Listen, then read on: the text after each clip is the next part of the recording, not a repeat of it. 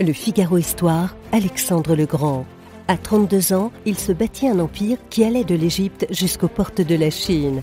Entre réalité et mythe, le Figaro Histoire consacre un dossier exceptionnel au plus grand conquérant de tous les temps. Le Figaro Histoire, Alexandre le Grand, en vente chez votre marchand de journaux. L'éditorial du Figaro. Les larmes et la colère, par Vincent Trémollet de Villers. La France a tué mon mari par son insuffisance, son laxisme et son excès de tolérance. La France a tué mon mari. Depuis qu'ils ont été prononcés avec dignité et retenue par la veuve de l'adjudant Éric Commun, ces mots résonnent comme un reproche terrible et poignant.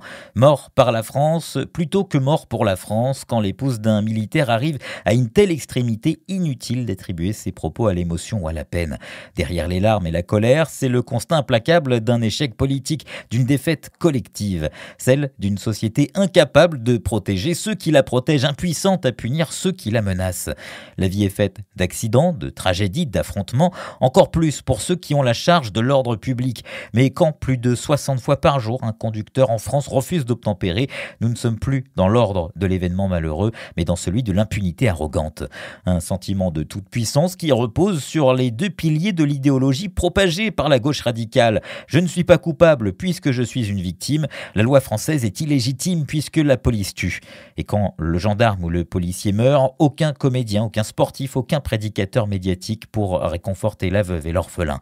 Les mots de Madame Commun sont un cri d'alerte dans la surréalité ouatée de cette rentrée.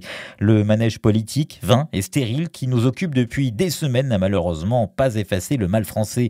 À la Grande Motte, nos compatriotes de confession juive vivent sous la menace d'un incendie criminel ou d'un coup de hache homicide. À Grenoble, des narcotrafiquants tirent à balles réelles dans des rues autrefois paisibles. À Mougins, donc, un multirécidiviste a endeuillé toute une famille parce qu'il ne voulait pas montrer ses papiers. Menaces terroristes, antisémites, délinquance ordinaire, agression gratuite, délitement de l'autorité. Les causes profondes de l'exaspération des Français n'ont pas disparu. Devant la violence du réel, les combinaisons politiciennes ont quelque chose de dérisoire ou d'indécent. Le Figaro Histoire, Alexandre le Grand. À 32 ans, il se bâtit un empire qui allait de l'Égypte jusqu'aux portes de la Chine.